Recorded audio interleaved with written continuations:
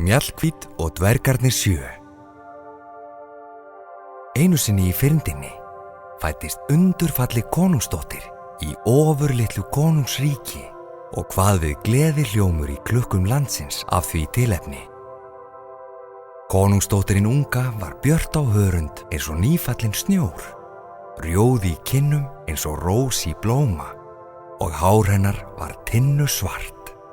Hún var kölluð Mjallhvít. Konungurinn var í 7. himni, en senn dró skugga yfir gleði hans. Skömmu eftir að litla stúlkan fæddist, dó drottningin og að þessu sinni hringdu klukkurnar af hryggð. Konungurinn var dapur og einmana. Ég verð að finna nýja drottningu, sagði hann. Og ári síðar lét hann verða af því. Nýja drottningin var drampsöm og þóttafull og efaðist ekki að hún væri allra kvenna fríðust. Á hverjum morgni leit hún í töfraspegil sem hún átti og spurði: Spegill minn sæli, segðu mér nú, hver fríðust, þekkir þú? Töfraspegillinn kunni ekki að skrökva og svaraði því ætíð: Drottning mín fagra, fríðust ert þú. Svo hégómleg var drottningin að hún veitti því enga athygli að Mjallhvít var fegurri með hverju árinu sem leið. Morguninn sem Mjallhvít var 13 ára leit drottningin í töfraspegilinn og spurði: Spegill minn sæli, segðu mér nú, hver fríðust, þekkir þú? Og töfraspegillinn kunni ekki að skrökva. Hann svaraði: Drottning mín fagra, fríð ert þú, en fríðust allra Mjallhvít nú. Drottningin varð hamstóla af bræði.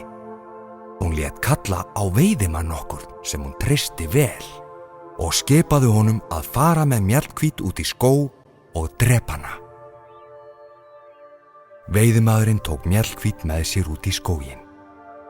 En þegar hann var að því kominn að lífláta hana og sá hve væn og fögur hún var, féllust honum hendur. Farðu, hrópaði hann, hlauptu eins og fætur toga og komdu aldrei aftur, því líf þitt liggur við. Mjallhvít tók til fótanna, en veiðimaðurinn var að láta sem hann hefði hlýtt skipun drottningar. Hann skaut hjört, skar úr honum hjartað og færði það drottningu verknaði sínum til sönnunar. Vel gert, veiðimaður, mælti drottning og var nú alsæl. Mjallhvít hljóp allt hvað af tók meðan fæturnir gátu borið hana. Loks kom hún að dálitlum kofa í skóginum. Mjallhvít tók í hurðarhúninn og fann að það var ekki læst. Nokkur heima? Spurði hún og leit inn. En þar var engan að sjá. En hvað hér allt fínt og fáað, sagði Mjallhvít og litaðist Þarna sá hún lítið dúkað borð með 7 diskum, 7 glösum, 7 hnífum og 7 skeiðum. Uppi á lofti var svefnherbergi með 7 ofurlitlum rúmum. Mjallhvít var sársvöng. Hún borðaði nú 1 bita af hverjum diski og saup 1 sopa af hverju glasi. Það tekur enginn eftir því, hugsaði hún. Og nú sagði þreytan til sín. Mjallhvít lagðist í rúmin 7, eitt eftir annar, uns hún fann það sem henni þótti best. Jafnskjótt féll hún í fasta svefn. Kvöldið komu húsráðendur heim. Þeir voru 7 litlir dvergar sem unnu allan daginn við að grafa eftir gulli og öðrum málmum. Þeir sáu strax að ýmislegt var öðruvísi en átt að vera. Af hverju eru dyrnar opnar? Spurði einn þeirra. Hver hefur borðað að diskinu mínum? Spurði annar. Hver hefur drukkið úr glasinu mínu? Spurði sá þriðji. Hver hefur lagst í rúmið mitt? Spurði sá fjórði. Það undurfalleg stúlka, hrópaði einn þeirra upp yfir sig og lýsti með kertaljósi yfir rúmið. Mjallhvít rökk upp af værum blundi þegar dvergarnir 7 þyrptust umhverfis hana. Hún svo fögur að hún gæti alveg verið prinsessa, sagði einn þeirra. Ég prinsessa, sagði Mjallhvít og sagði þeim upp alla söguna. Þú skalt setjast að hérna hjá okkur, sögðu dvergarnir 7. Hjá okkur þarftu ekkert að óttast. Ó, þakka ykkur fyrir góðu vinir, sagði Mjallhvít og grét af gleði. Ég lofa því að verða ykkur að liði. Ég skal þvo fötin ykkar, elda matinn og halda húsinu hreinu. Nú liðu nokkrir dagar og drottningin lék við hvern sinn fingur heima í konungshöllinni. Hún vissi ekki betur en að Mjallhvít væri úr sögunni fyrir fullt og allt. Einn morguninn tók hún fram töfraspeilinn sinn og spurði: Spegill minn sæli, segðu mig nú, hver fríðust, þekkir þú? En spegillinn svaraði: Drottning mín fagra, fríð ert þú, en fríðust allra Mjallhvít nú. Drottningin var sótrauð af bræði. Hvernig stendur á þessu, æpti hún.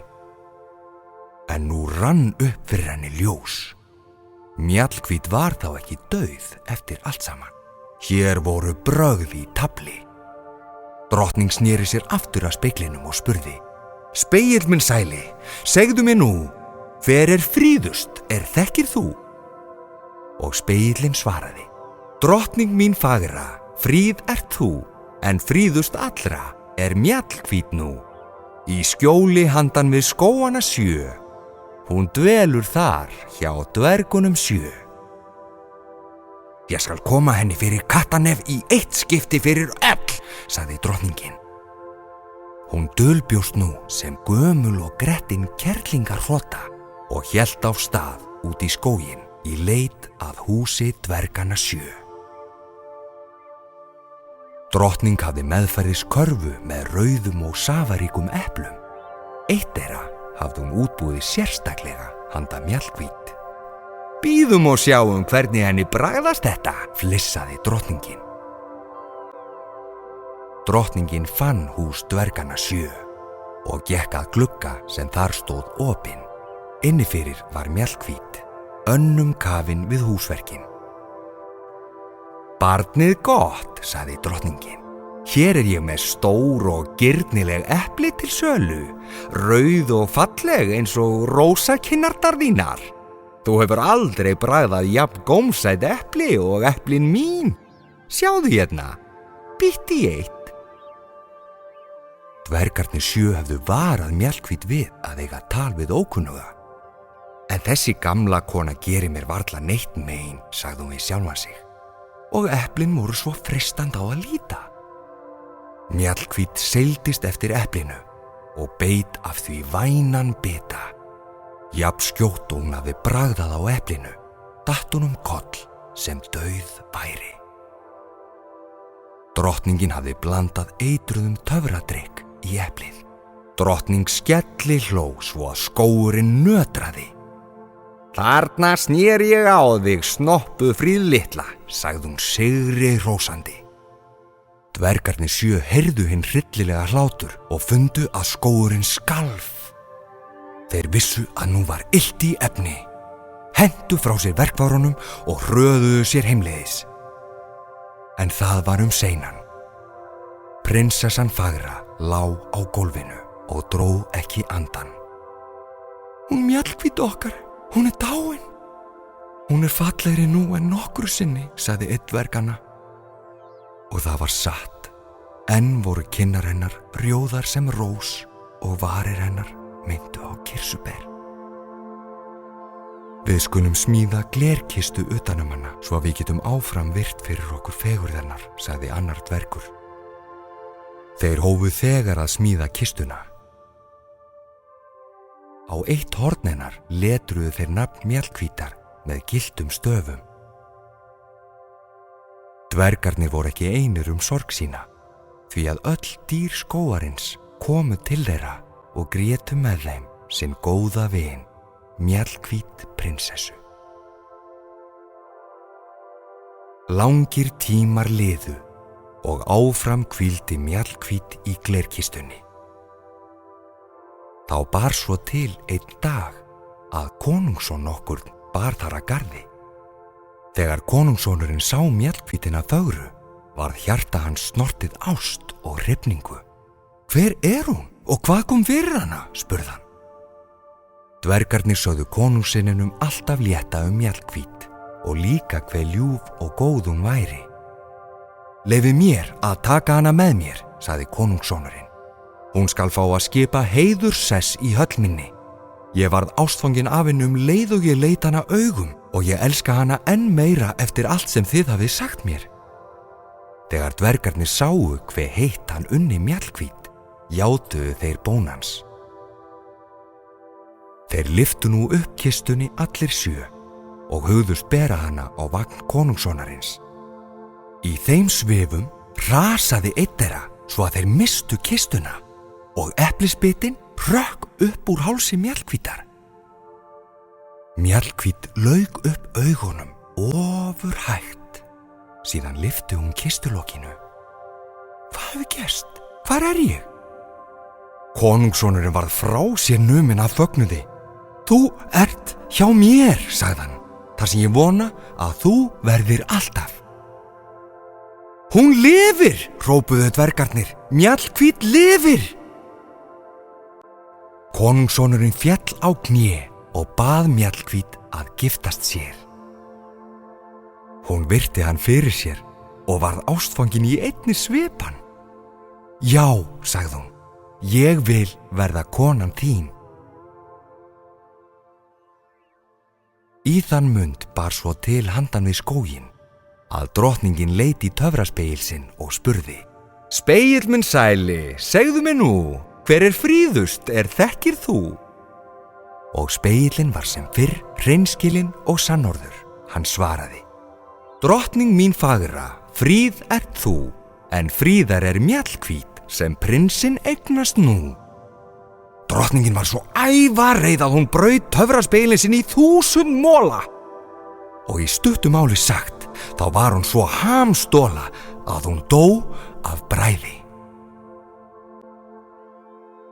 Líkt leyti hófst fegursta veisla sem nokkru sinni hafði verið haldin í konungsríkinu, brúðkaupið hennar Mjallhvítar. Þau lifðu vel og lengi í höllinni, Mjallhvít og konungssonurinn. Og oft bar það við þegar gleði skein í sinni og sól í heiði að þau lögðu leið sína út í skóg og heimsóttu vini sína, dvergana 7.